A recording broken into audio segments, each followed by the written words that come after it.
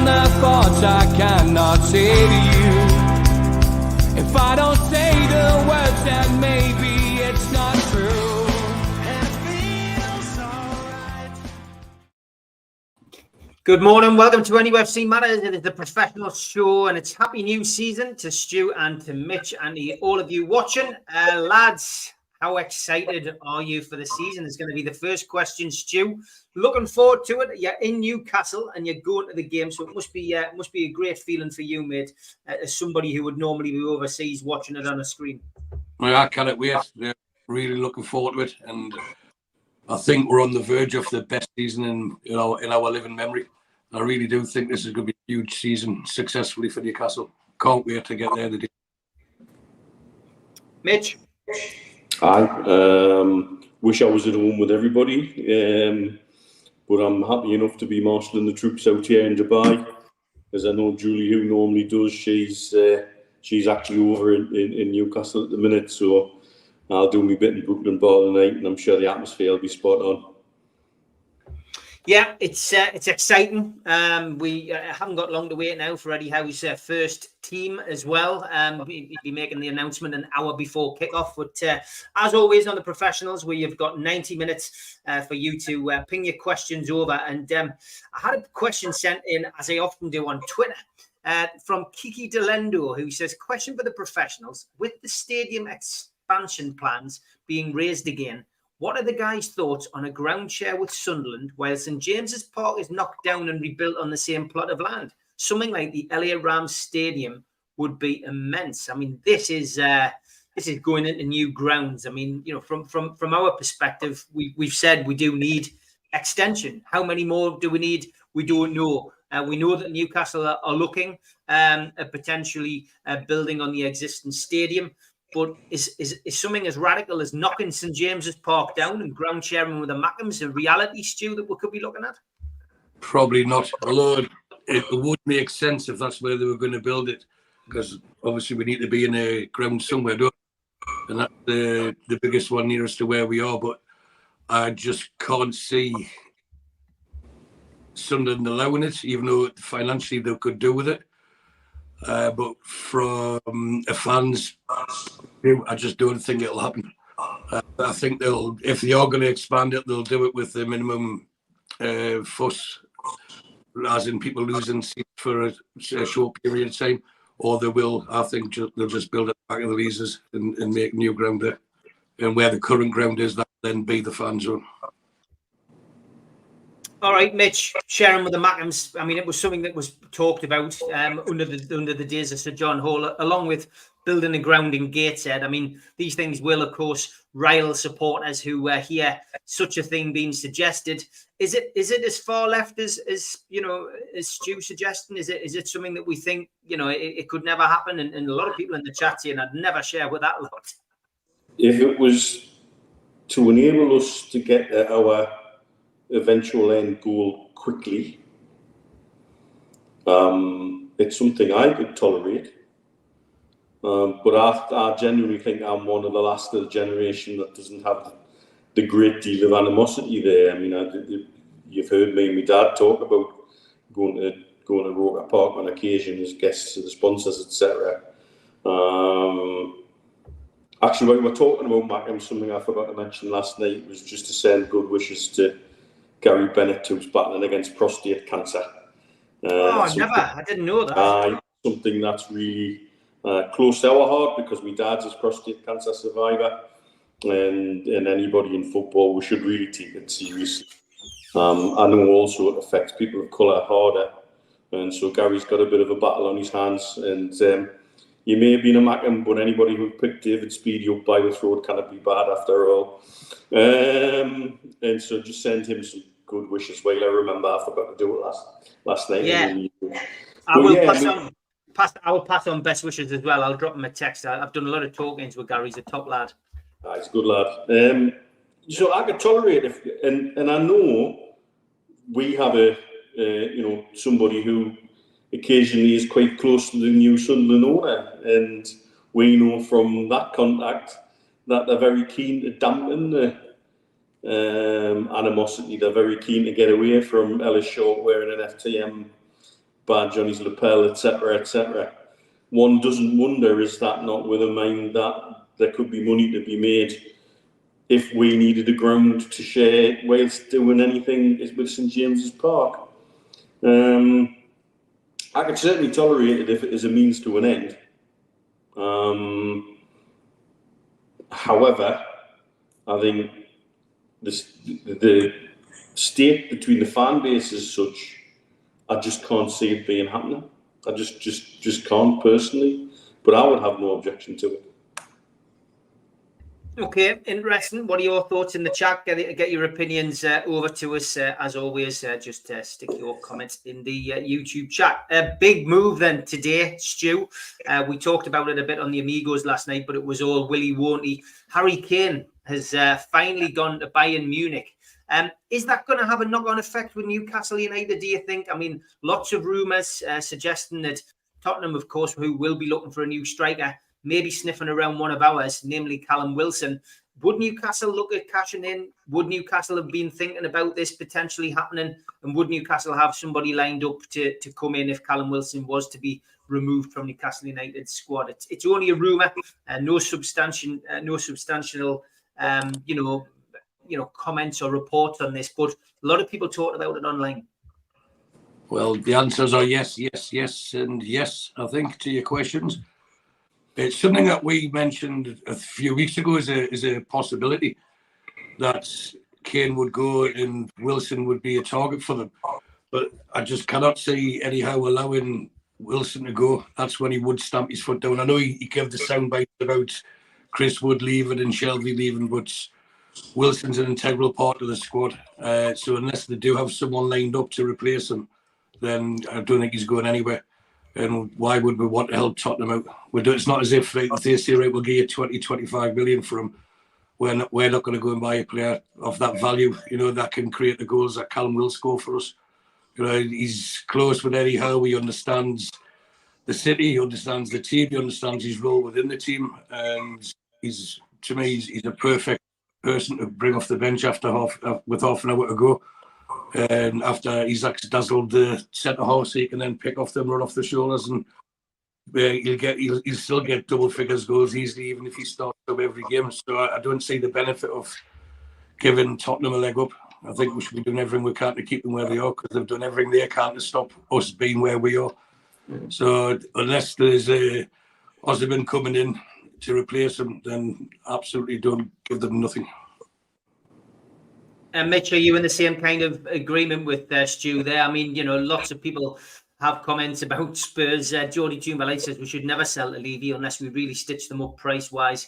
And Trolls says we have to put top six tax, so Wilson will be about 70 million if they want him. We don't want him out though. So lots of comments coming in about this. Well, it's certainly my belief that the club, unnamed, where handshakes were refused in the boardroom, is very likely to be Spurs, in my opinion. Yeah, I thought so. They had twerked to try and get Saudi money when they heard Saudi were interested in buying a club. They were desperate to get them away from us. And they've certainly been part of every move to put more battles and fouls in the way of our progress. And the ultimate aim in mind is because they've created, effectively, their own downfall by letting us get into this position, because they haven't got Champions League money. That money that they're getting for Harry Kane is replacing Champions League money they're not getting. They're close to $1 billion in debt. That debt has to be serviced, and the highest end of the debt, the interest rate increases this season, so they're paying more money on that debt, and it is going to impact them harder. So I don't expect them to sign a big name striker replacement. I bet James Maddison's dead happy about all that. But you make your bed, you lie in it, pal. And certainly, if Tottenham were to want to come and have Wilson, I would definitely put an English tax, a top six tax, and you're a snidey little get tax on for Levy, and have their eyes, and then come back for the sockets. And then let Ashworth and Howe go nuts whichever way they can, because if we take top dollar for Wilson, I'm quite sure they would replace him with somebody lined up of quality and maybe somebody else on top of that too.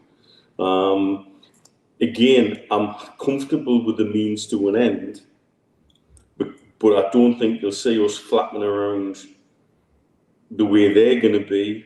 I don't think you're going to see us flapping around agreeing deals with players and then the player deciding he's not coming for a medical because he wants to go somewhere else, like it's happening elsewhere. I think you'd see we're a little bit more orderly than that. And I think there will be something in mind. So, yeah, the only way I would be even comfortable with that would be them paying way above the odds, and I mean way above the odds, so Eddie Howe can have whoever he wants in to replace. Okay, Stu, I just want to ask you something that cropped up on your Migos. Mitch gave a very forthright opinion last night on this man, Jurgen Klopp, who came up with this wonderful quote in 2016 talking about Paul Pogba. If you bring one player in for 100 million and he gets injured, then it all goes through the chimney. The day that is football, I'm not in a job anymore. This is from the man who's just trying to make a British record bid for Casado from Brighton. Over 100 million, Stu, you'd be surprised to hear. Shame, isn't it? But the thing is now, everyone knows Liverpool have got 100 million to spend on the midfielder, so whoever they go for next, they're just going to add 10 million onto it. But they do have this self-entitled attitude through Klopp. And that seems to run into some of the fan base now as well. So it's great that it's one in the eye for them. And fair play to Casino, who stuck by his guns and said, no, I've agreed with them what I'm doing. And you don't see that often. You know, people do chase money, don't they? As Madison was just mentioned. You know, he was coming to Newcastle and then 50 grand a week extra, I'll go there. Again, you can't blame him. But Casino said he wanted to join Chelsea, and now that, to me, it leaves it a bit open, doesn't it? To Chelsea up the bid to match Liverpool, so that they just stick with what they've got. And then say, right, well, you've got 100 million on the table from us, take it or leave it, otherwise you'll be left with a player who doesn't want to pay for you. So why should they have to pay the extra 10? So let that one play out. It would have been nice if Casino had signed for Chelsea yesterday, because he would have been playing against Liverpool this weekend, and that would have been a bit exciting for the Liverpool supporters. Or probably too much for them, to be honest. But it's good that that's playing out. There was something that we discussed when we were out the other day, Steve, as well. I know Steve Hasty brought it up last night regarding Bruno, like when was his last good game. Now, if hypothetically, if Liverpool offered that 100 million for Bruno, would people take it or not? You know, so that's a question I'd like to see what people answer that is. Would we take 100 million for Bruno and think we've got enough midfield with Miley and Anderson that coming through, and then use that money for something else? It's what it does. Personally, no, I think Bruno's great, and I love the fella. And actually, I think I'm in love with the fella. But he does need to have a match-winning performance at some stage pretty soon. And maybe he set his own bar too high, a bit like Gascoigne the day. If he had a 7 out of 10, we thought he had a bad game. You know, it's a lot of unseen work because he expected to be world-class every game, which he can't do. But would you have Bruno for 100 million? Would you take 100 million for Bruno? It's a question to put out. Okay, would you take 100 million for Bruno, Stu? Aye. You would? I would. I think that 100 million could be spent with, you see the way that they were spending it. I think Tonali would be a replacement for him, and then go and get an attacking midfielder and probably a striker, especially with the way amortization works. I think we would. But I don't think the club would sell him unless it was over 100 million, because we're not a selling club anymore, and he's happy here. But hopefully, with the extra competition now, he knows that he's not going to be picked for the team whether he's fit or unfit, and he has to earn his place, and that can again only benefit us. So that's why it's been great watching Anderson excel in the summer, and then the growth of me, and then adding Tonali to it as well. And we know we've got Willock come back next month. So in midfield, we're all right, but then we get a suspension, red card. We've got a red card table in our midfield with those 3 midfielders, and with the 2 Brazilians and Tonali. You can see them getting red carded. or being targeted by opposition players to react. And that's something that Joe Linton especially is going to have to learn. But if we did take 100 million for Bruno, as I would, then who do you go and get after that? That's the next question. Okay, I'd say no. He's part of our building up program. Bruno stays, says David. JB says, please we don't get wrapped up in the Casado style nonsense, says JB. Geordie Toombalay says no. Jimmy Watt says no. Geordie Toombalay says if Casado's worth 111 million, so is Bruno. My feeling is that we might learn this season that we are better when Tonali and Bruno don't play together. Just a prediction and an opinion. Roger says, I hate to say it. I'd say yes. I hate to say it, but money does talk, and until we've got more revenue sources sorted, financial fair play will only remain. And David says, if we go back to selling our best assets, then we're no better than when it was owned by Ashley. JB says, if Bruno hasn't signed a new contract in 12 months, we'll accept a Casado-type offer. I couldn't disagree more. There will be monsters in a few months, says Ian. I'm not sure what he was talking about there. But yeah, Mitch, I mean, look, it's a question Stu's posed. I wouldn't sell Bruno now. But if it was another transfer window where Newcastle have had time to plan ahead and they felt that it was beneficial for the club going forward and they would, make other acquisitions, yeah, I would say they're going to consider it. And it comes back to a line you've used on previous occasions, no room for sentimentality. No, there isn't. I would say let's see this season out and see what happens to Chelsea. I'm increasingly of the opinion that Chelsea are very deliberately planning to fail FFP. I believe their ploy is very deliberately to blow their FFP numbers.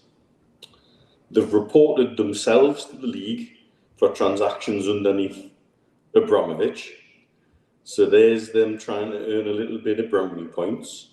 Please, sir, it wasn't all us. It was that bad man from Russia. He did all of this as well. And I think now they don't care. I think they're planning to blow the roof off FFP. And I think their assumption is it's going to be a financial penalty, not a sporting penalty. And that they'll just pay the fine and carry on. If that happens, all bets are off with FFP, and we should just blow the roof off it as well. And we don't have to sell Bruno to balance any FFP then. We'll just do what the hell we want. Let's just see. Let's just see what this year brings.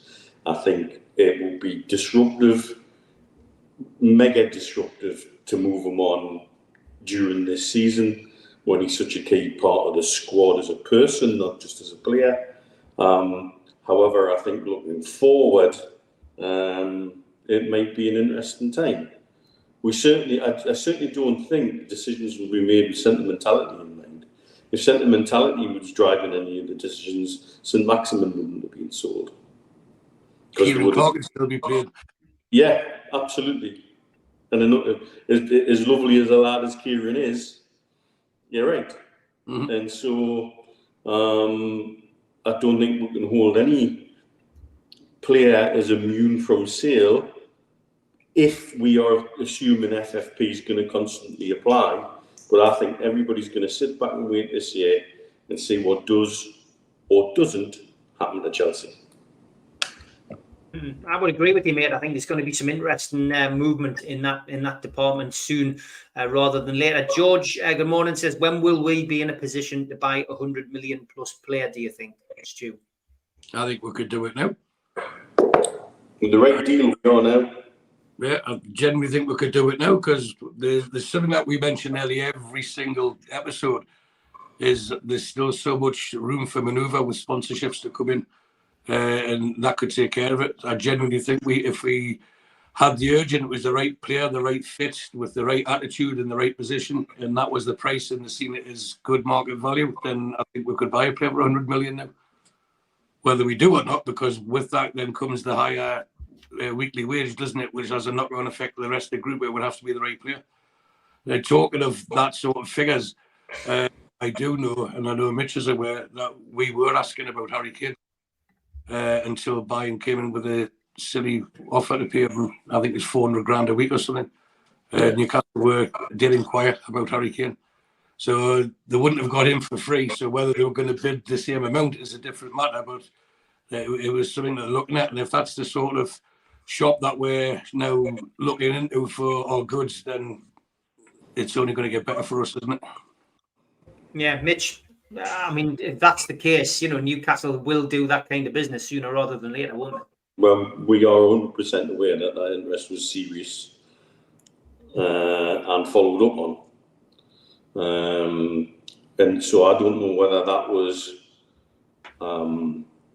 before the money for Tonali was spent, or whether they had that in mind and Tonali, because that would suggest we may still have a decent signing in we yet. As the transfer window comes to a close over the next month or so, I think they've already said they want to be opportunistic and flexible. So I think there's still some money there. And I think we're in for a surprise, a nice surprise, before the transfer window closes. And I think we'll be involved in the transfer window right up to the last minute. Okay, interesting. Just predictions. Remember, that's we do pick up little bits and bobs, but only opinions and predictions on here. George Bainbridge says the Amazon documentary, the best soccer documentary ever. Toon, Black and White Army. George, I have finally watched the first episode. And I know Mitch has now managed to get a copy for him to watch, which he'll probably watch over the weekend. I'll give you my review after watching the whole thing. I didn't enjoy the first 20 minutes. I've got to be perfectly honest. I thought the first 20 minutes, there was so much about the ownership, the owner, and, focus heavily on Al Ramayan and Amanda and Mirdad and all of that. And 25 minutes in, we've whizzed through the relegation battle, and we're up to halfway through the season in episode 1. And I'm thinking, it's not the same. And I think because I've watched other documentaries of a similar ilk, I didn't enjoy the first 20 odd minutes. I loved the last 20 odd minutes of it. It's about 55 minutes in total. So half of it I didn't enjoy. The first half I didn't enjoy. Second half I did. There's some great little anecdotes from supporters, lads and lasses from different parts of the different parts of the tune. And it's great to listen to people's opinions. There's a great bit which people have publicised with Anthony Gordon, the transfer. Obviously, you used that in a bit of a promotion. I've got to say my favourite bit, and I'll say it's the Kieran Trippier bit. And Kieran Trippier is somebody who's come to Newcastle United and has, led by example. He's a very important figure in the dressing room, and they showed that little clip of him at the press conference where basically it was suggested that he only came to Newcastle because of the Saudi money. And he denied it, of course, at the press conference. That's not the reason I'm here. So the documentary then uses a little segment to introduce you to his wife. And she tells you the real reason why they came back. And Newcastle United obviously do the homework, knew that there was a chance of getting the player in, and knew that he was desperate for a move back to the UK because his wife hadn't settled. Simple as that. But I thought that was great. And I'd like to see more of that. Great stuff with Sean Longstaff. I mean, we'll get to as everyone's put on social media now, so I'm not really making any spoilers here. It takes you up until Newcastle's qualification for the final of the Carabao Cup. So that's where episode 1 finishes. Episode 2 now isn't until next week.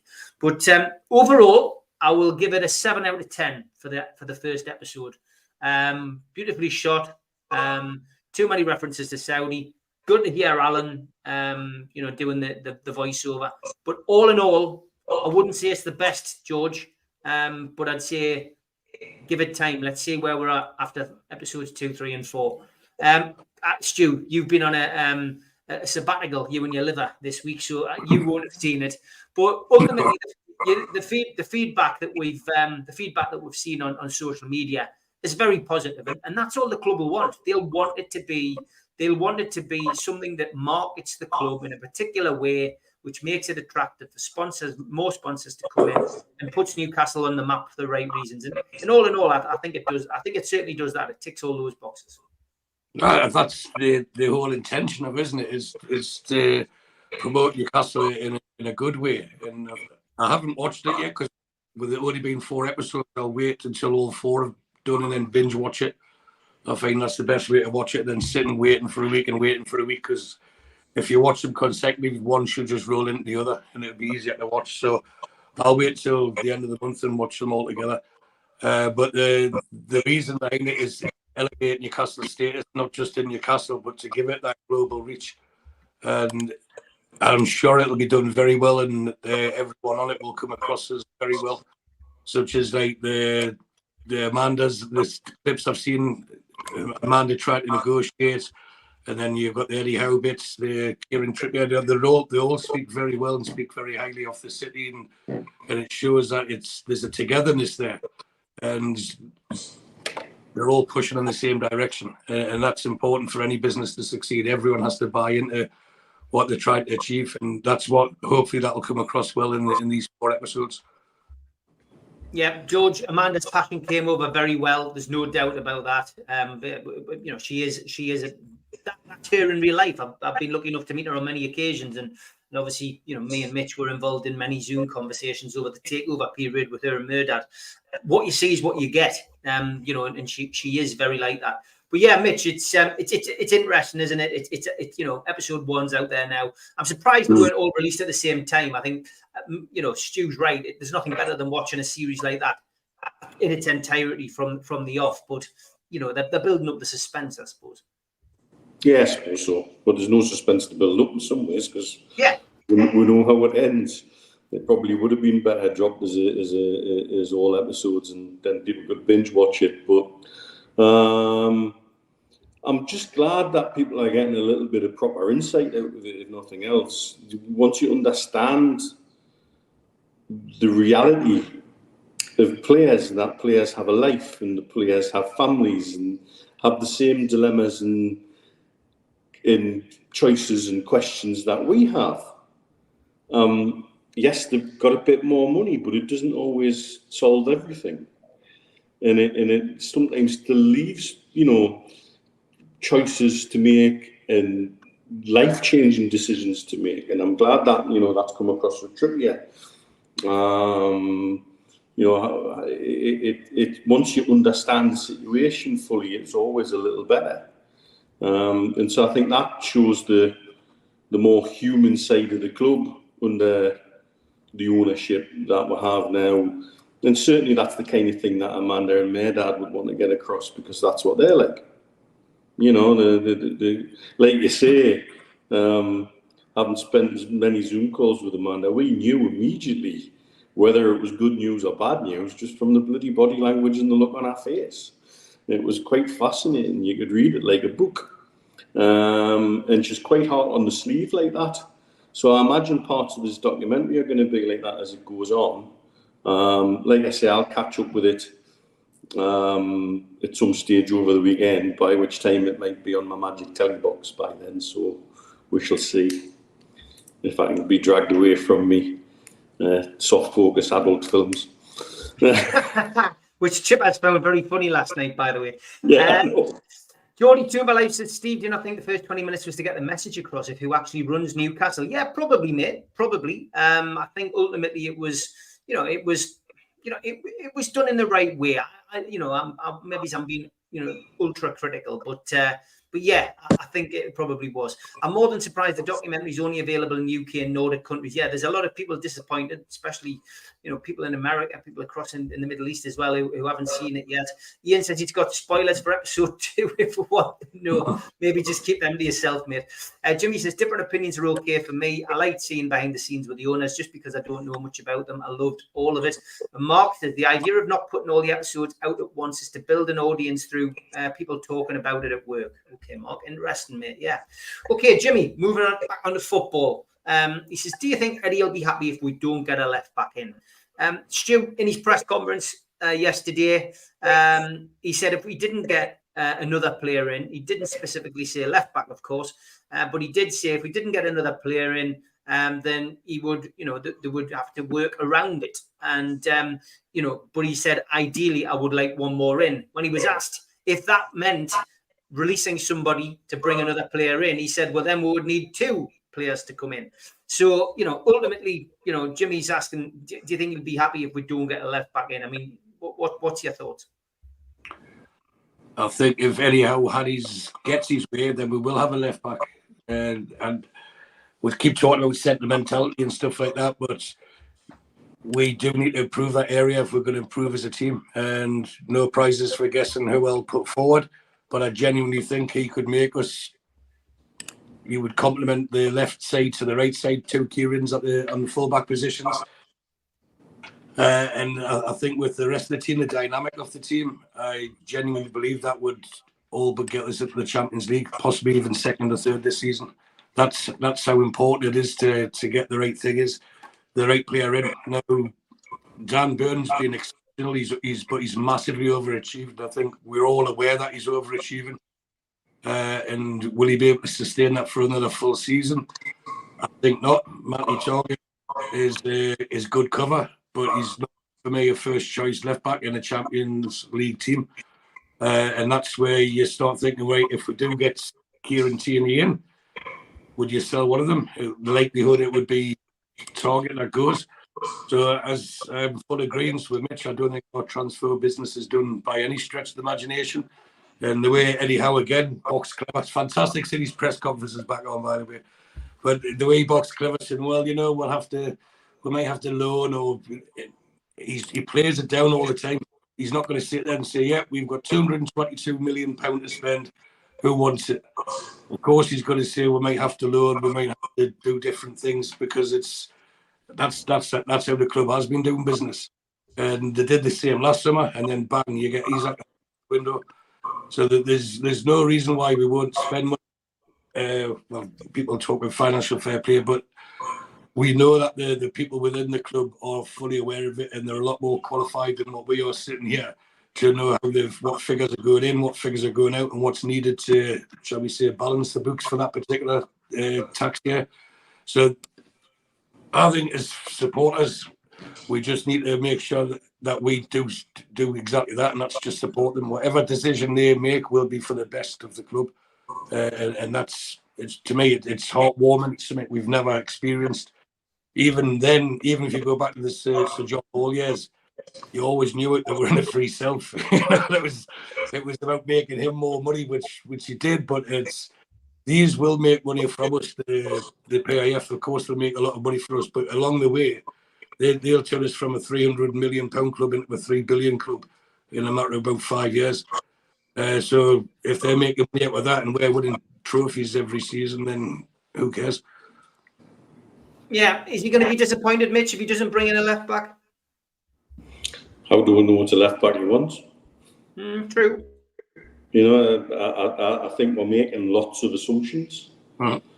And so I think for me, just let it unfold. I'm going into this season, I'm reasonably comfortable with a choice between Burn and Target, because we didn't see much of Target last season at the end of the season, because Burn did enough to keep his place.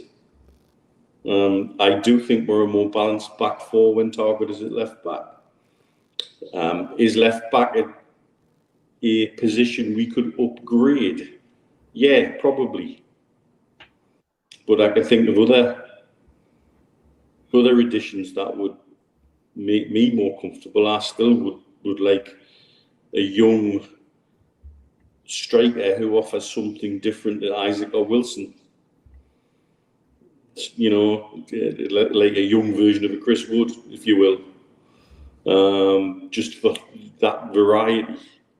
Somebody who's not necessarily going to be pushing for first team straight away, but someone who could develop with the squad. But there you go, it's all about opinions, really. But at the end of the day, the only opinion that matters is Eddie Howe's.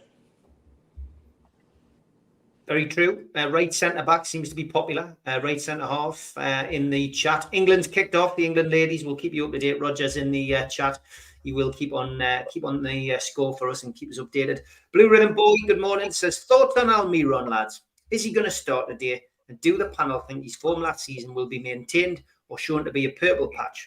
I like him, and he starts right wing all day long for me. I think he'll keep his place. 100% today. I think he will start. I don't think it was a purple patch.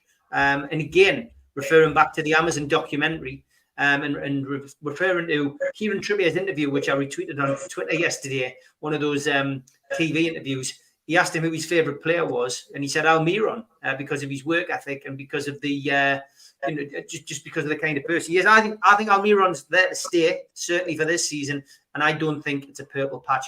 I think he'll continue the same kind of form. Stu, what about you? I think he will start. I don't think he'll finish the season as our right-sided forward player, but I think he'll start the season for many of the reasons you've just given there. Eddie Howe likes to be loyal. He sees that as Almiron's position, and it'll be saying, there you go, you've got the position now to lose. So it's up to you how you perform. I think long term we will end up with Barnes and Gordon on either flank of Isaac. And I think that's how we will end up. But these players will be phased in eventually. So maybe he'll start.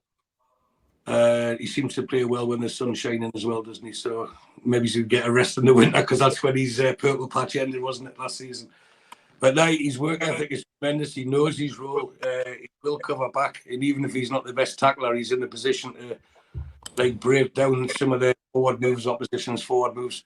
So it's not just what he does. I just wish, as a professional footballer, he'd learn to kick with the right foot. He could be genuinely world class if he could. It's too predictable. It's too predictable. If he can hit the byline sometimes and actually get his right foot round the ball and get it across, it would open a new dimension to his game, and then he would become undroppable. But until then, it does get quite predictable. You know he's going to put inside. Knowing it and being able to stop it is the difference between him scoring goals regularly or him having what seemed as a stinker. But to answer the original question, yes, I think he'll start today. Okay. What's your views, Mitch, on Almiron? I mean, he was certainly a star player for us last year. I think Almiron is a player who plays in purple patches, and when he's in form, you've got to play him. And he started pre-season by scoring goals, so stick with it. And he's one of these players, in my opinion, you say to him, go out there and give me 60 to 70 minutes at 120%. Run yourself into the ground, and then when you cannot run anymore, I'll bring you off and I'll drop somebody else on for you. And in that time, hopefully, he can do something devastating, because when he's in this kind of form, he's very hard to play against, 1 foot or not. Everybody knows. I'm sure everybody he's played against in this pre-season knows he only has a left foot, yet he still managed to score some goals. So either defenders are getting stupider in football, or he's just able to still work his magic with 1 foot. So I think he'll do well in the European games. I think he'll do well in the European games. Yeah, I think so as well. So I think he's a sort of a form type player, and I think you've got to run with it while he's showing what he has in pre-season. Okay, lots of questions coming in. Keep them coming. 5 minutes until we go to the interval, so I just want to touch on this. Jordy Thunberg says, why don't we bid for Salah, not to buy him, just to upset the apple cart and see Klopp's face, letting him think we are after their star player? He says, or bid the same for Saka, just to stir things up and see how they like it. Good news for you though, Stu. Tierney's not in the Arsenal squad today. Is that significant? He's not St. James's. Well, it could be significant because he's not injured, and I hope it is significant. I don't know. I mean, Tierney's just a player that I've quite clearly spoken highly of for more than a year now, isn't it? So I'd love him at Newcastle, but the fact that he's not in the Arsenal squad today could be that he was told he wasn't playing, he wasn't starting. So that could be the move. He was linked with a Spanish club on loan as well. The big stumbling block I see with signing Tierney is, will Arsenal allow him to come to Newcastle? And then what sort of price would they ask for him? But if we can get through all that, they do need money because they've spent big as well, haven't they? So you never know. It's wishful thinking on my behalf, but if we can get it done, I genuinely believe he'd be a huge addition, bigger than what people think. Okay, Tierney certainly floats Stu's boat, doesn't he, Mitch? He's been. It's a proper bromance, isn't it? It's like, It is. He's been But going if on you know, about this for Mick, you months. know the like your friends backstory. girls, You know the Kieran, don't backstory. like He's a your player I friends should girls. not like. You know I shouldn't like him. I know you shouldn't. That's what makes it even weirder. Aye. The man with a severe aversion to the colour green. You know what? He would be an upgrade in the squad, though. There's no doubt about it in my mind. And you know what? Arsenal seem to be doing some really weird transfer business. This keeper they've signed from Brentford. Strange, isn't it? It's a loan with a fee with an obligation to buy, which obviously helps their FFP. That then raises the question of the London clubs forming a little bit of a group to help each other. But surely, what does that do to Ramsdale? You know, one of their star players last season, and then all of a sudden the Spanish manager brings a Spanish goalkeeper in, out of the blue. Let's upset the goalkeeper, let's upset the back four. So they're doing some odd transfer business. So maybe we should, go and offer them a couple of carrots and a bag of balls or something like that and see if they'll bite. Because the transfer policy seems to be a bit odd. They've let a few good young players go for naught, and so all very curious. Unless this is Arteta's way of making his mark on his squad, I don't know.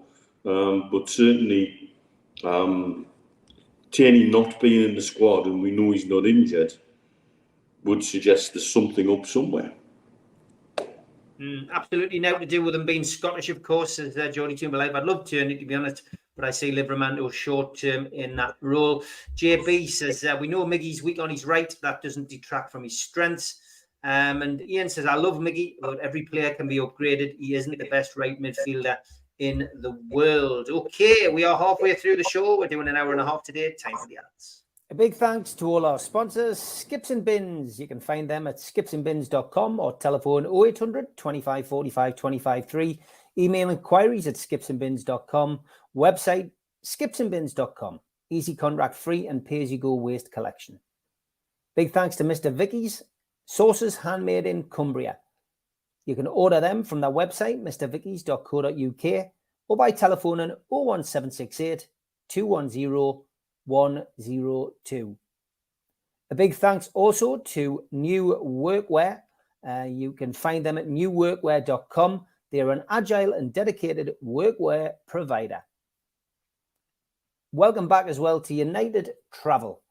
They are a UK coaches firm and they are based in the Northeast. They've got 2024 tours and you can contact them on 01670 632 460 or mobile 0791 666 4174. Email info@unitedgrouptravel.com and they've got a website which is unitedgrouptravel.com. There's no strangers on their tours, just people you haven't met yet. Big thanks to them for their sponsorship. Big thanks as well to Media Arts, and they supply all the video technology. If you want to become a member and get a cup, a pen, a membership card, and a scarf, then get your smartphone and put it over this QR code. It will take you straight to the membership pack. It's a £25 one-off fee. You can also go to NUFC Matters website and search membership pack to book today. If you want to help the channel, then subscribe to it by hitting the subscribe button. Hit the thumb up under the video to like the video and click share to your other social media. We're also available as a podcast on iTunes, Spotify, and other podcast providers. Don't forget, we help the food bank on this channel. If you want to do so virtually, go to nufcfansfoodbank.co.uk and make a donation today. The Alan Shearer raffle is back on. 150 tickets, £1 a ticket. Win a limited edition signed Alan Shearer ball. Enter today at nufcmatters.com. Yes, Ian, we will start predicting our 11 today. Lads, have a think about it. We'll do that towards the end of the show. Geordie Toonbalife says, if we got an injury to left back and right centre back, would you rather have Target for, say, 6 games or Lascelles? I know what I'd pick. Now, we talked about this last night, Mitch and I and Steve and George, about Lascelles. And Mitch made his point very clear about Lascelles. Felt we're being... some fans were being disrespectful to him because, you know, the guy's a Premier League player and he shouldn't be forgotten. And, you know, that was a point that Mitch hammered home last night. Stu, your thoughts on this? You know, Lascelles, are we wrong to criticise him? Some people have him out as a bit of a Titus Bramble. You know, 2 of the games he played in that were lost last year were against Liverpool and Man City. It's hard to judge somebody like that, but we know he's a big influence in the dressing room, and we know how much respect Eddie Howe has got for him. Yes, I think we are being disrespectful to him, and I'm in full agreement with Dr. Neil. And I think his role is underrated. I was at the Cellar Cup. I wore my lucky jumper again, and we won another cup. So next time we get to Wembley, I'll have to wear that jumper. So that's 2 cups for that jumper.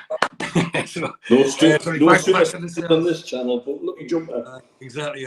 Back to the Lascelles, I would have no qualms with him playing if Shaw was injured or suspended or for whatever reason. I'd be more concerned if it was going to be for long term, but I think to come in for 2, 3, 4 games, not a problem. And I watched him closely on Sunday when I was there at the Cellar Cup, and he's improved a considerable amount with on the ball.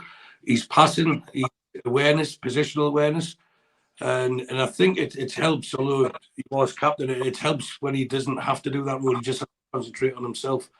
But I know now we've got a team of leaders. At the time, he was leading a team that really wasn't pulled in the same direction. But now we have a team of leaders, so I think he could fit into that short term, no problem. And I'd feel more comfortable with him there than I would Target at left back. But that's just my preference. Yeah, and I mean, Mitch, just to reiterate what you said last night, you know, Lascelles for you, you know, could come in and do a job. Wasn't that, just to clarify something, I've had a couple of chats with people on Twitter subsequently, that about is he someone we could upgrade on? Yes, he is. But there seems to be this clamour. We need a right-sided centre back. Well, we've got one, and he's our club captain, and Eddie seems happy with him. And I think we've got to respect that in terms of that's more than likely what will happen. So what my concern is that we always seem to need a scapegoat. And is that going to be the next scapegoat? It's usually a left back, though, with our lot for some reason. But it just seems very unfair. It just feels like we're discarding someone who we know's got Premier League quality. Talking about Champions League quality, that's a different thing because he's not tested in the Champions League. But, you know, the one step at a time, we've got our squad, and we've got a squad for a reason. And so from me, there feels like there's a panic in an area where there's no need for panic. We should be enjoying this journey and being as chilled as possible. And it's easy always going to be the way, wasn't it? It's always going to be the way. Yeah, it's easy for me to say. I think being expat does change sometimes your outlook on everything. I think you see slightly different angles on things. You certainly don't get the intensity of news and day-to-day, you know, you've got to go hunting for things a little bit, even with social media. So maybe that changes my, I don't know what Stu feels, whether your aspect and the whole thing's changed a little bit being expat. We're not right in the mix, well, I am like this week. But you're right, we can look from afar, and it does take a bit of the emotion out, doesn't it? You can look at it from, well, you do look at it from different eyes because we're not living it day in, day out like we used to when we lived over here permanently. So being that you can just pick up the snippets that you want, and I think you can form a more measured judgment rather than like everything be emotional with it. because it is, and I love coming home because you get, like last night was down Gosforth High Street, and I was with some people I hadn't seen for 30 years, and we just cracked on as if we'd like been going out all the time.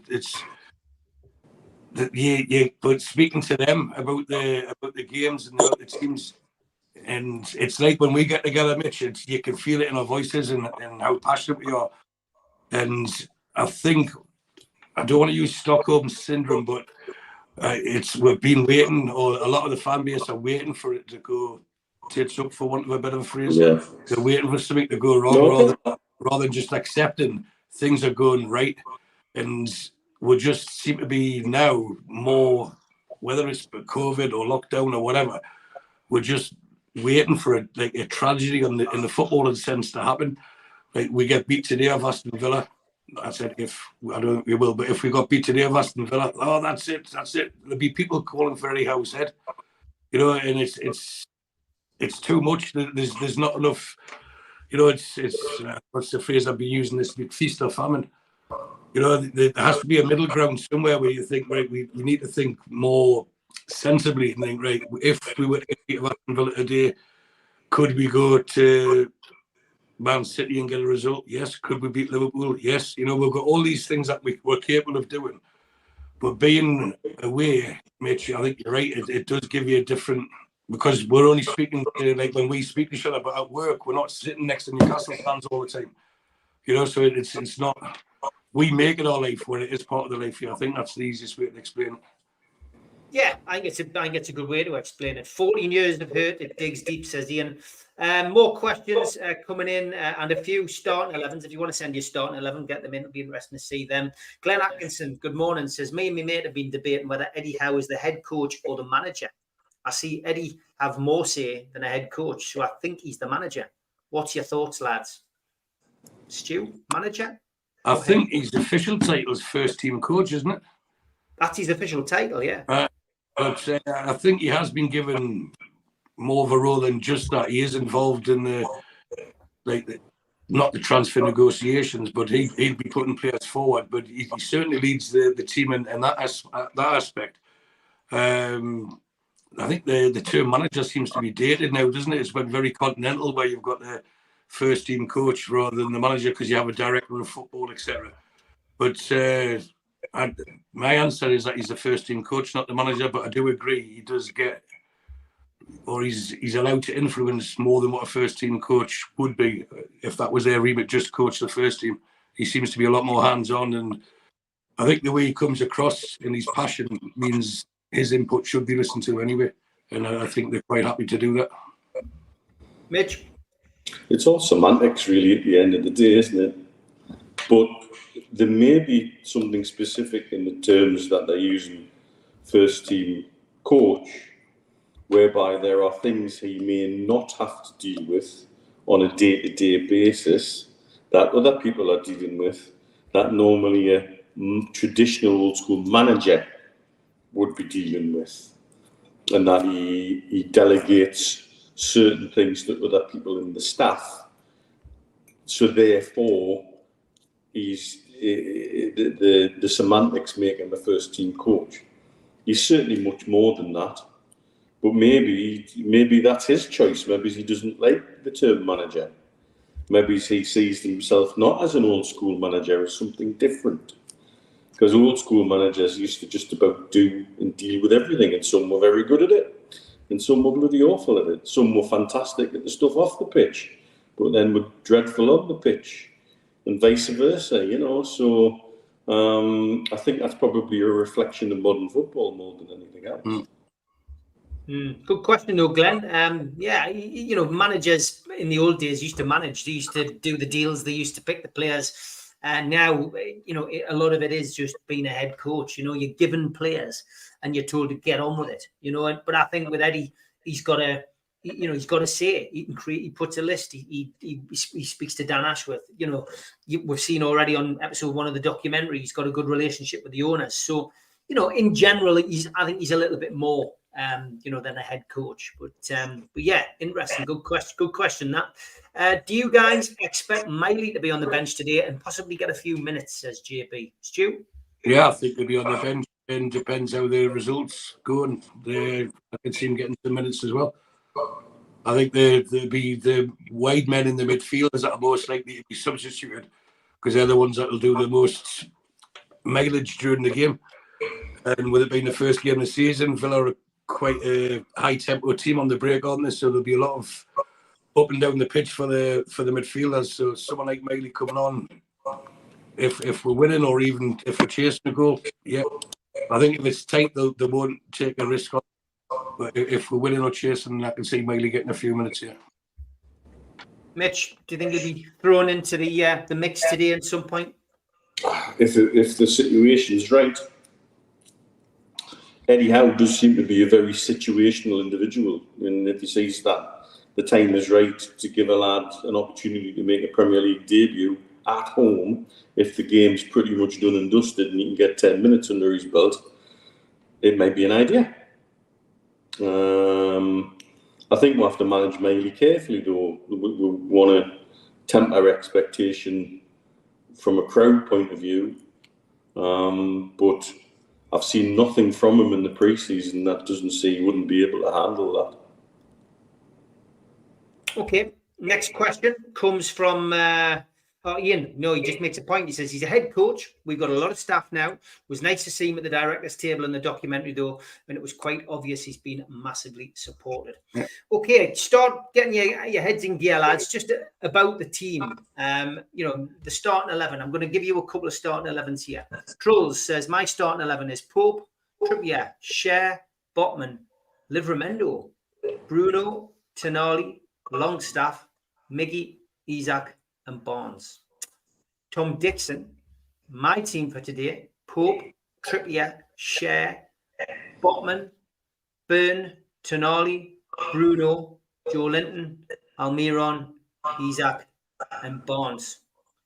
Slightly different teams there, but everyone is going to have an opinion. So, lads, what's your thoughts, Stu? How do you think Eddie's going to line up? I think he'll go more for a team of last season. I don't think he's going to go too radical. I think the team I said last week I'll stick with. If everyone's fit, which will be Pope, Trippier, Shaw, Botman, Byrne, Bruno, Joe Linton, Longstaff in the middle, and then Gordon, Miggy, and Isak up front. Okay. I don't think you start Tonali. I don't think you start Livramento. Don't think you start Barnes. It'll be like, this is St. James's Park. This is what we're here for, and phase them in. Give them, even then, someone like Tonali, you could give him 20, 30 minutes. But it'll be longer now, won't it, with this new injury time thing that they've got. So if someone comes on with 30 minutes to go, they're likely to get 40 playing time. So that's what we referenced last week. It's not just about a start 11 now. The fact that our squad's getting deeper makes us more likely to succeed as well. So yes, I think in old fashion it's good to say yes. I'm in the starting 11, but the squad now is 20, isn't it? You get 9 subs, so there's going to be 16 people playing most weeks, and that can be rotated and depend on who's the result or what we're playing or who needs the minutes, who doesn't. So I think as long as Longstaff's fit, I think the midfield that we've seen against Villarreal will be matched with the forward line that was against Fiorentina, and then the back four plus keeper is the same as last season. Interesting one from JB. Pope, Trippier, Cher, Botman, and Anderson, Bruno, Big Joe, Miggy, Isak, Wilson, Gordon. That's not far off what I was going to suggest. And I know Steve Hasty went for, I think it was Steve Hasty last night, suggested potentially Isak and Wilson. Was it? Who's playing left back in that? Pope, Trippier, Cher, Botman. Yeah, he's not got Byrne in, has he? Interesting. Yeah, I would drop out Wilson and stick in Byrne for that. So he's going 3 at the back, which is what he played. I think that's Isak or Wilson, isn't it? I think that's Isak or Wilson. So he's missing his left back, that's all. Yeah, he's missed his left back off. JB's missed his left back off. I'm having to count them there. Yeah, I would agree. So yeah, I think he'll play Dan Byrne, and I think he'll play Isak rather than Wilson. What about you, Mitch? Similar to Stu's. Pope, Trippier, Shea, Botman, Big Dan Burn. Midfielder, Joe Linton, Bruno and Longstaff. And up front, Isaac, Miggy. And I think Anderson's done enough to force his way into the starting lineup today. I genuinely do as well, to be honest. I think he certainly deserves a start 100%. Happy birthday to the In-Tune Trader. He says, can you ask Mitch and Stu to sing me Happy Birthday in the style of Marilyn Monroe? Well, no. You can ask Steve Hasty about my singing ability, because for some obscure reason we end up in Cozy Joe's on a karaoke the other night. So anyone who has got video footage of that, there is some going about. You'll see. You won't want me singing. Was that Mrs. Penman's fault by any chance? It was, but Mr. Hasty was, let's just say, very enthusiastic about the opportunity to get a microphone in his hand and rock the place down. So that was a good night, very good night. But my singing ability is zero, and it would spoil whoever's birthday it is if I try to even attempt it. Stuart Lawrence, good morning. He says, hi lads, do you believe Howe's comments that we can't afford to buy a new striker at the moment? He did refer to this in his press conference, mentioned financial fair play, said it wasn't a priority, and any signings coming in would need to be creative, which potentially meant a loan deal or staggered payments. But yeah, striker not a priority. He's got 3. He mentioned this the other day as well. He mentioned we've got Wilson, we've got Isaac, and we've got Anthony Gordon. So it certainly doesn't sound like they're looking at a striker, Stu. I don't think that's his priority. We've already touched on the left back and the right-sided centre back. If that seems to be a general consensus on the areas that we need to upgrade, and the way that they manage the minutes with Isaac and Wilson, it might frustrate them because they want to play every minute of every game. But if they're playing optimum 60 minutes, 40 minutes, because we have just explained it, I think that will keep them fitter and fresher for longer. And as Gordon showed in the Euros for the under-21s, that he's more than capable of offering an alternative as well. You know, direct pace through the middle, you know, and he's a very good header of the ball. And he can kick with both feet, which is something Harvey Barnes can do as well. So I don't think, unless it was a top striker, I think the game plan set on Isaac leading the line with Wilson replacing him as and when, or vice versa, depending on who we're playing and who they're resting, etc. So to bring someone in, it would have to be a top name to disrupt that. I think they've done so much groundwork on where they were playing. They both know the system as well, don't they? They know what's expected of them. Yeah, Mitch, I mean, you know, again, we're very clever in PR, and Eddie's very shrewd and never gives too much away. We've talked about this before as well. We tend to say, look over there whilst we're doing something behind. You never know what's going on at Newcastle. That's the beauty of it.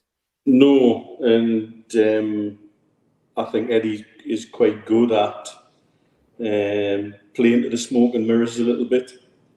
I think he knows exactly how to use the media to his advantage now, particularly after being hammered on human rights outrageously early on in his time. And so I think we now know that he can manage the media very, very well, and keeping the cards close to the chest from a transfer point of view makes total sense. No, it definitely does. You know, it's like look at the situation Liverpool are in now. Every club knows they've got up to 100 million burning a hole in their pocket. So I've got a player, he's for sale for 40. He's not now, he's 160. Isaac Hayden, they could have him for 50. You know, and so they've just blown their ability to mask what they can afford to pay for a player massively. And I don't think we've ever let that slip. Nobody's ever known what our budget is. Everybody who claims to know what the budget is either being fed a number or they're guessing. And either way, that works to our advantage. Definitely does. There was a couple of lines that we used on the Amigos last night about away tickets as well, Stu. Just want to get your views on this. Just the fact that the points have dropped dramatically, down to 30 points now for Man City and 700 tickets still remaining. Is this show that this was probably a good idea by the club in theory to do this? Because a lot of people clearly were buying tickets every week for an away game, and allowing somebody else to go on them. It's going to change. I said last night, I feel it might change the demographic a little bit of how many younger fans go. It'll also give an opportunity for younger fans to go, but it means that there could be a lot of older fans have to go themselves or don't go at all. It'll be interesting to see how it changes. It will, but we've been rightly praised for how vocal our away support being time after time, and that's when you do get clicks going. That's how I first met Mitch years and years ago. He was with his group of mates, now I was with my group. And it does become a bit camaraderie where you do become united. You can just don't knock about, say, well, how are you doing? And off you go. It gives you that sense of togetherness. And from what I've seen, there's loads of young'uns go at the game. So whoever's tickets they're using, they're getting them from somewhere. And if you've got the same people going week in, week out, and they're putting the miles in, then I think they deserve first shot with tickets. I'm just sceptical, thinking that things have been changed and there's a bit of apathy from supporters saying, look, you're making it as difficult as possible for me to get a ticket.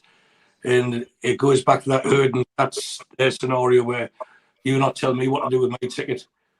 And if I want to give it to my son or my nephew, then why shouldn't I? And then to say it's spot checked and you lose your rights and stuff like that, it's very draconian, I think. But I still also think that it's been used to filter some through to excuse me, other sections or groups or minority groups or corporates within the fan base. And there's a lot of appeasement going there, and I think the club need to be very, very careful in what they're doing. The fact this went down to 30 could be a number of reasons. Some people might be on holiday. Some people think it's Man City. What's the point in going and watch us to get beat there? You'll have other people thinking, well, I'm not going because he's not going and we can't get sat together. And there's so much. But for the last three years, Newcastle have sold out every away game. And the fans have been fantastic. And we can watch them from afar. It's one of those things that it gets you warm inside. It gives you the pride that they're singing their hearts out for the lads. Now, if there's a different section, that doesn't mean these new people can't come in and have the same camaraderie, but it'll take away. So the ticket issue is always going to be the most difficult thing, Steve. Always, always, always will be. But you can't have people complain that they can't get tickets when they're down to 30 points now, especially for a game of Man City. So I don't know the answer. I really don't. I just think, was it really broken, or they just trying to fix something that wasn't broken? Was it being abused by people with the points, get the tickets and sell on? As long as they're good when you're a Newcastle fan, I genuinely don't see the problem with it. Okay. Mitch, I'm going to come to you about something a bit different. Pundits writing Newcastle off has been a big thing this week. There was another programme on this morning, obviously a build-up to the football season, and not one pundit tipped Newcastle to be, anywhere near European slots, and never mind Champions League. So interesting. They feel that maybe our bubbles burst. Maybe they feel that we were a surprise package last year, and that Newcastle will be found out this season. Eddie Howe was asked about it in the press conference yesterday, and he said, "I don't think in the days that we live in now, where there is so much analysis available, that there are anything." That there are anything such as surprise packages anymore. He says externally last season, he says that Newcastle was written off as a football club by everybody and anybody. He says, but internally we had the belief that we were going to do well this season. And I think that's a great philosophy from Eddie Howe. Does it really matter that we're being written off by pundits such as Carragher and Neville? Same again. You've just written some of his team talk. So today, they're bigging up this lot and they're writing us off already. So when we get crash the office party, we'll make sure we take all the drink before on the way out and shit in somebody's drawer. And thank you very much, we will do this again. And I'll enjoy it. I'll enjoy watching some of them eat their words. Because I've seen nothing pre-season that tells me that we can't be up there competing again. We'll have it in. We've improved our squad. the togetherness hasn't changed one little bit, and that made a difference in so many situations. Can you genuinely say Spurs are better? Don't think so. Can you genuinely say Man United are better? Not really. The striker they've scored turned up injured. The striker they signed turned up injured. Have Liverpool improved massively? Well, they've shifted some of their deadwood and they've brought people in, but it doesn't mean they're all going to gel straight away. And Klopp's already hypocritically talked himself into a corner, and I still personally feel he'll be the first manager to go this season. I think he's talked his big mouth's got himself into a corner now. I just do think Chelsea's going to be massively improved. The striker they've signed injured for, they're talking 16 weeks for that they brought in to lead their line. And so, and they seem to be buying again, like last season, they're buying random midfielders and wingers without any real plan about who's actually going to play in the starting 11. So we just have to go about our business and keep ourselves to ourselves. We'll focus on what Newcastle United are and do, and that's what we do best, and we'll just keep plodding on. And like I say, once we get across the office party, they'll regret writing off. Yeah, Pundit's always going to have an opinion. A lot of it's for clickbait and for views and for listens, Stu. But yeah, nobody predicting Newcastle to have as good a season as they did last year. Yeah, well, the one thing I've learned from what Mitch has said there is never invite him to my office party. I wouldn't like to go in the draws afterwards. So, the Klopp, I mean, I know Klopp and hypocrite seems to be the same thing now, but if we go back to earlier last season, they were warm favourites to sign Bellingham. And even when Real Madrid expressed interest, they were still in the running. But then when the prices went up, they pulled out because they couldn't afford them. So that was the same money as what they bid for Casado. Where did they get that money from? Saudi Arabia. For Fabinho and for Henderson. So that has enabled them to start competing again at the top. But yet you'll criticise Newcastle for having money from Saudi. They'll criticise everyone else, but he's using it to better his team. And then that's the hypocrisy of it all. But regarding Carragher and Neville and the rest of them, let us keep under the radar. Let them write us off because they'll end up with egg on the face, not us. And again, totally agree with Mitch that we have improved our squad in the right areas. And I don't think we've finished improving it just yet. What we've been doing is fattening up the quality rather than, you want to have 20 people named 11 and 9 subs where each one of them are capable of playing. We haven't done that even last season. Without mentioning names, there's lesser lights within that squad there because we can't have wholesale changes, but they are good behind the scenes. With these type of people, have them in a 25-man squad, but they don't need to be getting onto to get game time, and they will be phased out eventually. So the more Gary Neville says, I think we'll finish 6th, 8th. Where did everyone say would finish last season? None of the main pundits, professional pundits as they call themselves, had us finishing in the top 4 or even in the top 6. So if that's what we want to do, we just quietly go about our business, amass as many points as we can, and that'll get us back in the Champions League for the season. JB says nobody found us out or beat us in pre-season. Rangers, Villa, Chelsea, Brighton, Fiorentina, Villarreal 1-4, drew 2. Ian says their job is to wind you up, so just ignore them. And don't forget we used a lot of youngsters as trolls. Good day, Stu, Mitch, and Steve, everyone in the chat. I can't wait to get back this afternoon. Let everyone worry about each other. Let's just quietly get on with our season. Tom Dixon asked a question earlier. How hard is it to get rid of Ryan Fraser? Why has no one come in for him yet? It's a good question, Stu, but I don't think we've got the answer. No, well, there's 2 obvious answers. One is his attitude, and 2 is his salary. So you won't find a top team wanting him. And then the teams that he's capable of, maybe he's the lower end of the Premier League, top end of the Championship, they can't afford the wages on. And he's sitting on, I think it's 60,000+ a week. So you can't see people paying that for someone who comes with the risk of upsetting the camp.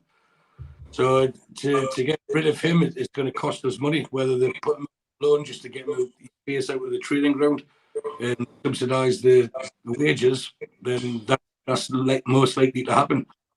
But we've mentioned, or we discussed Ryan Fraser before. He needs to give his head a shake regarding Scotland. He's capable of being on his best. He's capable of getting himself into the team, and that team's going to the Euros next season. So if he's got any professional pride, if he's got anything about himself where he wants to look back in future years and say, I played for my nation in a major championship, he wants to be starting playing first team football. He should be banging on the door, tapping up shoulder, saying, get me a move, get me out of here, I want to play football this season. He could even go away and prove that he's a changed person, change his attitude. And he might get himself back to the squad, but I think he's the type of player now that we as a club have moved on from. So can we get rid of him? Yeah, I'm sure they'd love to get rid of him, but like I said, his salary and his attitude are the two things that'll slow any deal down. JB said Fraser has toxicity on a high salary, bad combo for a selling club. Yeah. It makes it feel as if you just want to cancel his contract and get rid, Mitch. And that hurts FFP massively. Yeah. And so that's why you can't. And this is where we're seeing, over the last few years, you've seen examples of player power, and where the contracts that they've got have got a degree of power. I suspect also Fraser now has a reputation. This is 2 clubs now that he's got to the end of his contract, and it's there's been questions raised about attitude when he refused to play for Bournemouth because his contract was up. Because at the time I think he was being whispered that Arsenal were coming in for him, and then they didn't, and he ended up coming to us, and then now this, whereby there's obviously been something off the pitch which Eddie's got upset about with him. He was banished to the under-23s, which I think is highly significant. Although I hear from people within the club, he was actually quite positive with the younger players and quite helpful with them. But either way, having him sat there, he's wasting what's left of his career away just for the numbers. And so I would be thinking as a manager looking at him, well, if you're just happy to sit there and take your wages and let your career disappear, if it's 94 minutes and we're 1-1 in a playoff final to get promoted to the Premier League, are you going to be running that extra half a yard for me and my team? Or are you going to be worried about injuring yourself in case you can get another big money move somewhere? And I know what I would be thinking. And so I think it's the phrase that was used there before, toxicity on a high value contract, I think is exactly right. You know, Mitch, he could have been used, and I'm surprised he wasn't, as part of a make weight for Barnes, because it's the left winger, isn't it? Yeah. We'll give you him. We'll subsidise his wages, and for you know what I mean, and that to me as well, because they're obviously shifting players out, and when you shift players out, you need players in. Yeah. Okay, we're going to look ahead to today's game, 5:30 kickoff at St James's Park. As I often do on the professionals during the season, I will allow Toon Statu to set the scene. Hello, amigos. Here we go again, another season. And the pick of the stats for the Villa game on Saturday. We only once opened the season against Aston Villa at home back in 1999 when Jura Reni famously sent Shearer off and we lost 1-0. This is only one of the 2 Aston Villa wins at St James's Park in the Premier League. The second one came back in April 2005 when we got 3 people sent off, Boyer, Dyer and Stephen Taylor. This means that they haven't beaten us when we finished with 11 players since 1989 at St James's Park.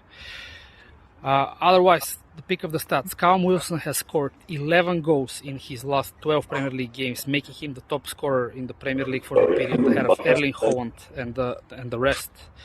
On the other hand, Unai Emery has started away from home 7 times in his managerial career, and he has won 6 and drawn only once. One of his wins came against Newcastle when he was in charge of Arsenal back in 2019. Aston Villa have not won at St James's Park since that game in April 2005. which is now 15 games, 14 in the Premier League. And in this period, we have 9 wins and 6 draws. Last season, in their last game before Emery took charge of Villa, we destroyed them 4-0 at St. James's Park, with Callum Wilson scoring a brace, Joelinton scoring his first for the season, and also Miggy Almiron continuing his goal-scoring streak. At home, we have lost only twice last season, and no team lost fewer than us last season overall in the Premier League. We lost only 5 games, but one of the defeats was against Aston Villa.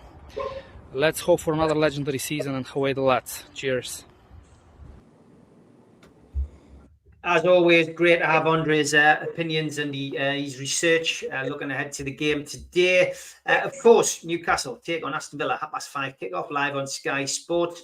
People being urged to get to the ground early. Anyone getting in before 4:30 will be entered into a draw, free prize draw to win a signed shirt. There's discounts as well if you get in early for food and drink. Team-wise, Fabian Schär has returned to training. He was training from Tuesday and has come through unscathed, so he's available for selection today. Emil Kraft and Joe Willock remain sidelined, though, with their respective injuries. We do have potential debuts for Barnes, Livramento and Tonali today. As for Aston Villa, well, Buendia is out with an ACL and key player for him, for Aston Villa, and has done well in recent games against Newcastle United. Also missing Ramsey, Traore, Duran, Irogbenham and Moreno, all out. Andy Madeley, referee in the game. He only took charge of 2 Newcastle games last season. One of them was the 0-0 draw away at Arsenal. The other was the 2-1 home victory over Wolves. And VAR is Simon Hooper. So, Stu, here we are again, the start of a new season. And the penman is back in full flow, I would imagine, is it? Absolutely. 3-1 today. And I'm extremely confident. There's 20 quid on it. And I'm going to the Hearts game tomorrow in Edinburgh with the Heat. And that's going to be 3-1 as well. And I've done 20 quid on that and a tenner double. So come Sunday night, I'll be very rich or very upset. But I genuinely think we'll win 3-1 today. They're going to come to us. The ground's going to be rocking. We've got a little bit of payback for what happened earlier this year to them. They're the only team, I think, that took our pants down in the league, and that's including Liverpool and Man City when we got beat off them. So I think we'll have a point to prove, and I think this is why Longstaff in midfield will be integral because he'll help break down a lot of the way that they do it. I think Longstaff will play a big role. But 3-1 today, Isak's first goal. I think Joelinton will score, and maybe one of the subs that comes on, say either Wilson, Barnes, maybe. Okay, as always, I give my prediction on the Supermac and Gibbo show. So I went 2-1. I'm not changing that today. I think Newcastle will win by the odd goal. Mitch, give us your prediction. You did the dice last night, which gave a 3-0 scoreline. So yes, it did. Yeah, are you in the same mindset as the dice? I'm going to stick with the dice. Yay! Excellent. I'm going to stick with the dice. I really would like to stick it up them. It make a statement of intent for the season. We then have Man City, who it looks like are going to definitely be without De Bruyne and probably without Walker as well. And they're not the same side with the De Bruyne taken out of it. And we have real opportunity to lay down a marker early doors. I think the gulf between the top 10 teams and the bottom 10 teams in the Premier League this season will be palpable. And so if we can start picking good points up early on against teams in that top 10, that stands you in really good stead for the whole season. Yeah. No doubt about it. No doubt about it at all. Okay, England ladies 1-1 with Colombia. That's half time, so people can get away and watch that now. But it's been a great show, as always. I'm back with the Fans Forum tomorrow. I'm having a few days off. There will still be shows on the channel, but they'll all be pre-recorded. But live Fans Forum tomorrow night to look back at today's game. Stu, enjoy your trip up to St James's Park for a Premier League game. Mitch, enjoy the bar that you watch it in after you've finished work. Everybody in the chat, enjoy it. Thanks for watching. Thanks for your great comments. Thanks to the moderators. We will see you tomorrow night. Take care, lads. Cheers everyone. We still do 7 NUFC Matters show a week for free. But if you want to help support NUFC Matters, then there are a few ways of doing it. Hit the like button on each live broadcast and video. This helps the channel grow. Hit the subscribe button and select the all notifications bell so you don't miss a single show. If you want to help us financially, then you can join the channel using this button with the membership starting at $1.99 a month. Or you can drop us a donation in the chat using a super sticker. We're also looking for sponsors. If you'd like your brand advertised on the flyers for the show and featured during the ad break, then email John at nufcmatters.com to arrange today.